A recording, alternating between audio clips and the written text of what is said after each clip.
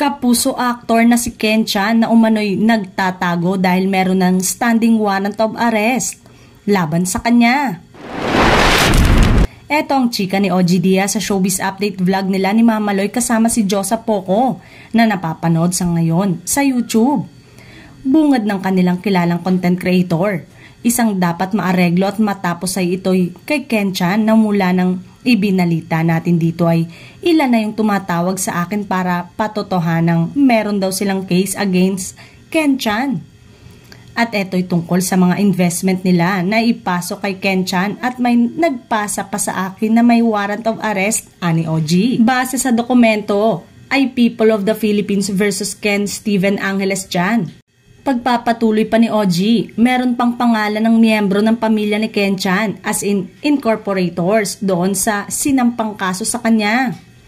Yung isa naman ay nagsabi na 30 million pesos aabot yung pera nila at mga friends niya na naipasok kay Ken Chan.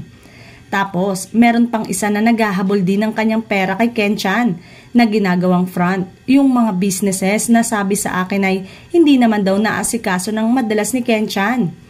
At yung partner sa negosyo nga ni Ken Chan ay humiwalay na.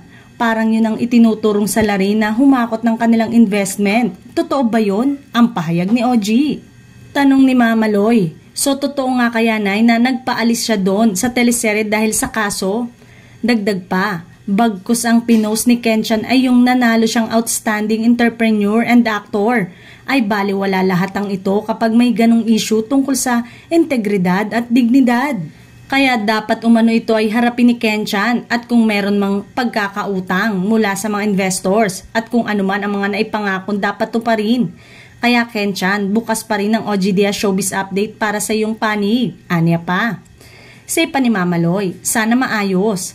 Biro ni Josa Poco. Ang dami na nating aayusin parang lahat na lang ay may kaso. Welcome natin dito sa vlog tapos ang ending sana maayos.